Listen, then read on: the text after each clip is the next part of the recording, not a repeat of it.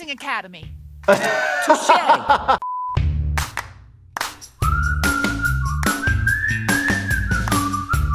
From the legendary creator who brought us The Simpsons, Matt Groening, today we're diving in and reacting to another one of his hilarious shows, Futurama. And this is actually the second time we'll be learning about and breaking down some of the crazy medical type situations and injuries of the show. Before we get into it, if you're new to my channel, welcome. My name is Dr. Jordan Wagner. I'm an ER doctor. If you enjoy the educational reaction videos and other stuff that you see here on this channel, please smash that subscribe button and turn your bell notifications on. That way you learn when I post a new video. All right, let's dive right in. Dr. Zoidberg is my friend. And though a woman has come between us, I say we'll always remain friends.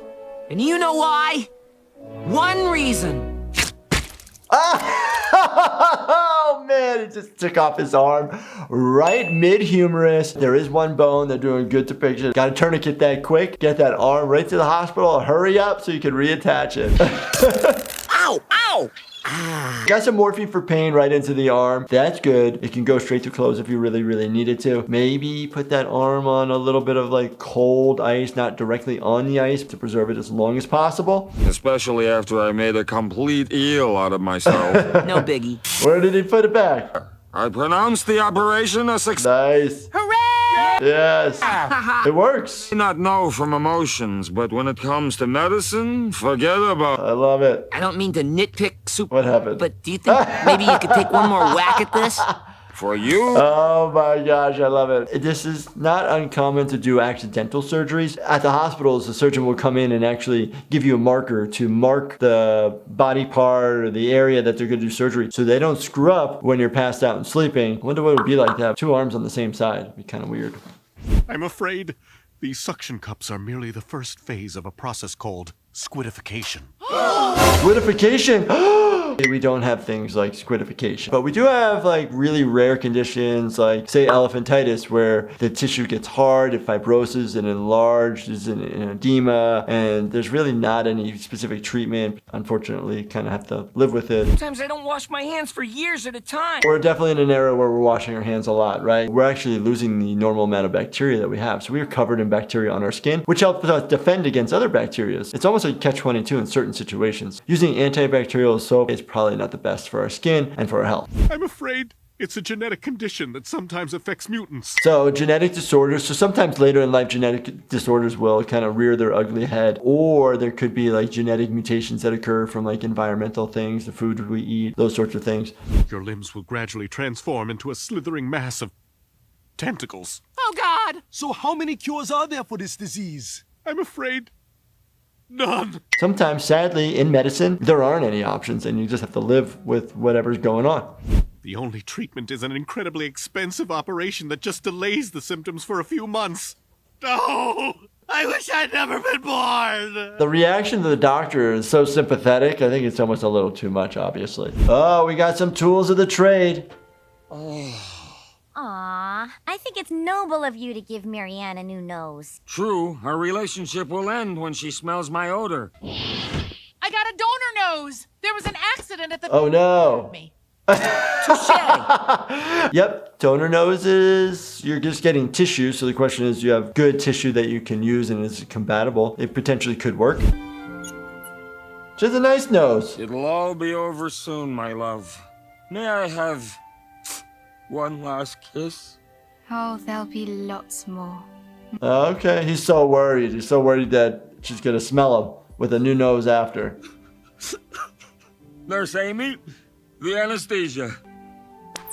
Whoa, cool. Smell you later. Typically, you go the other direction with the IVs that we use. We go up towards the body, so you're going this way, not this way. It has to do with the flow of the vein. Anesthesia, we have so many different options when it comes to IV anesthesia. Medications basically to knock you out, to make it seem like, oh my gosh, I don't know what just happened. And that's really what you want to experience. Then let's begin this delicate procedure. Nice. I love the delicate procedure. I have a friend of mine who's a plastic surgeon, a burn surgeon who's fantastic. And I saw him once putting somebody's almost like hand arm connected to their side where it was sewn into the tissue. So it was getting nutrients as they were waiting to harvest more tissue to be able to cover the hand. It was really, really impressive. So the same idea can happen with different other types of tissues.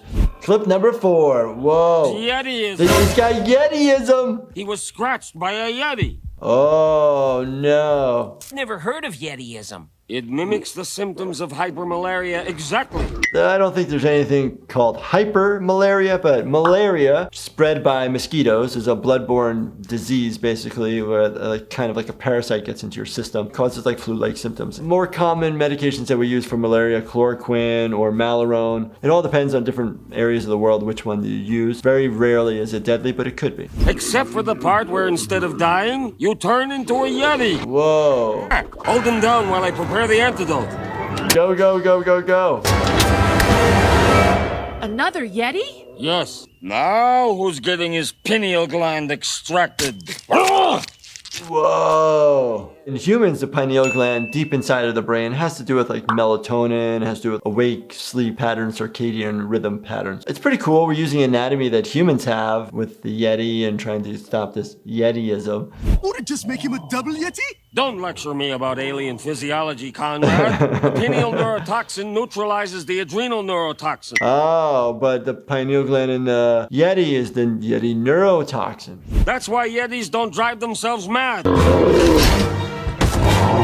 Whoa, get it in him.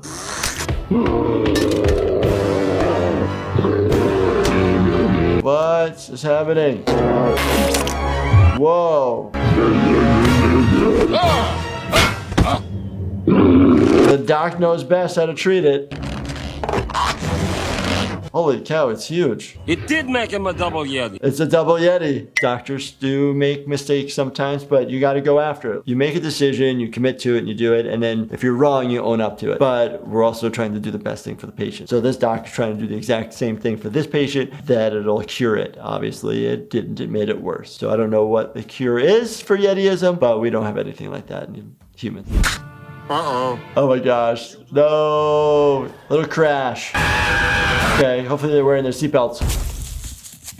A little head injury. Fry, are you up? Yep, little facial contusion, head injury. My head is... Got to worry about seat spine precautions too. So anytime we have head injuries, you potentially slam forward, you always have to worry about spinal cord injury, cervical fractures. So a lot of times if you get picked up by an ambulance, they're going to put a seat collar. They typically don't use a longboard anymore because those have been shown to be detrimental and can potentially cause skin breakdown. What happened? Was anybody hurt? Nobody but you. I'm afraid your body was badly damaged in the crash. Let's see what the trauma is. That's it over there. Oh no, his head was, he's functioning. I managed to keep your head alive with some quick surgery. Love it. There. Looks like we'll be spending a lot more time. There it is. I love it. So if he was able to do super cool, crazy surgery to reconnect the nervous system, now you have two different things going on. The question ends up being, are they actually like connected? Do they understand what's going on? That's pretty cool. Don't worry, Fry. We'll have your body all... I love it. I love it. His body's just like hanging there on a coat rack.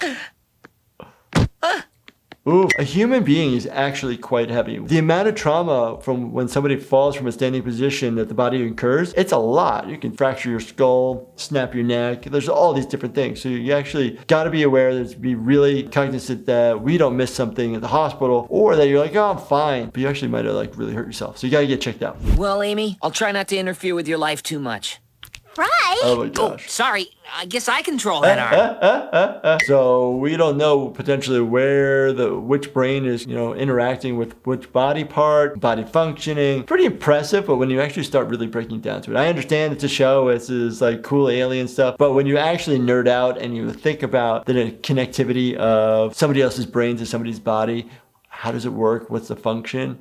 Really cool. Futurama, it's always a little different to react to Futurama because it's alien medicine and I'm a human medical doctor. But it's really cool to try to correlate the two together and seeing like different ways that they apply medicine. Do you have a favorite TV show that features medical situations that you want me to break down further and explain? Let me know which show or episodes in the comments below. And if I missed any Futurama scenes that I should check out for another video. As always, make sure you subscribe if you want to see more fun videos like this one. And check out my Doctor Reaction series right here to catch up on all the other shows that I've done before. Alright, thank you so much for watching and stay healthy, my friends.